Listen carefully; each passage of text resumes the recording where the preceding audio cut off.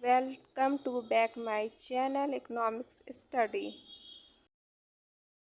हम demand curve के बारे में पढ़ेंगे। जैसा कि डिमांड और प्राइस में इन्वर्स रिलेशन होता है। जब प्राइस बढ़ती है तो डिमांड कम होती है और जब प्राइस कम होती है तो डिमांड अधिक होती है। जैसा कि फिगर से ही स्पष्ट हो रहा है कि जब हमारी प्राइस बढ़कर जब प्राइस 3000 है तो डिमांड 5 पर है। जब वही प्राइस कम होकर 2000 हो जाती है तो हमारी डिमांड 6 हो जाती है। जैसा कि एक्स एच पर डिमांड को दिखाया गया, वाई एच पर कीमत को दिखाया गया।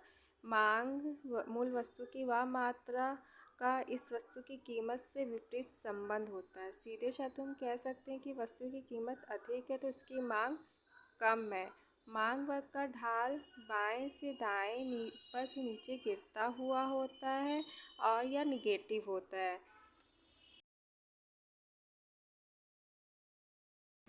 Types of demand: income demand, price demand, cross demand. Demand किसे कहते हैं? जैसा कि इनकम डिमांड उपभोक्ता की आय पर निर्भर करती। आय मांग का अभिप्राय वस्तुओं सेवाओं की उन मात्राओं से लगाया जाता है जो किसी समय अवधि में अन्य बातों के समान रहने पर उपभोक्ता अभी विभिन्न स्तरों पर खरीदने को तैयार रहता है, उसे इनकम डिमांड कहते हैं। आय तथा मांग में सीधा संबंध होता है।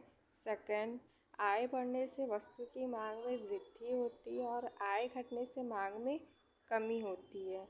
थर्ड, सुपीरियर गुड्स में आय मांग वर्ग का ढाल धनात्मक होता है।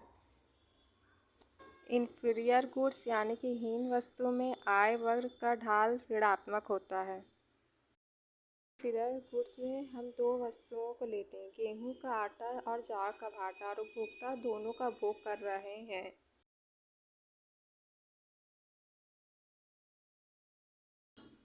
वर्तमान में दोनों वस्तुएं नीचे की ओर झुकी हुई ग्राफ का सामना कर रही हैं, यानी कीमत जितनी अधिक होगी मांग उतनी ही कम होगी।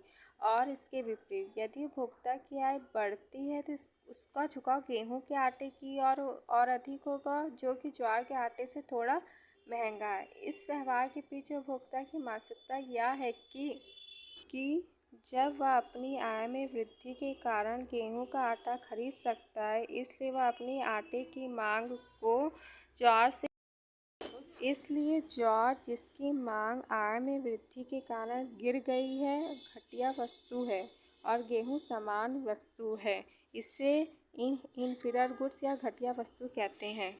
Thank you for watching. Don't forget to like, comment and subscribe.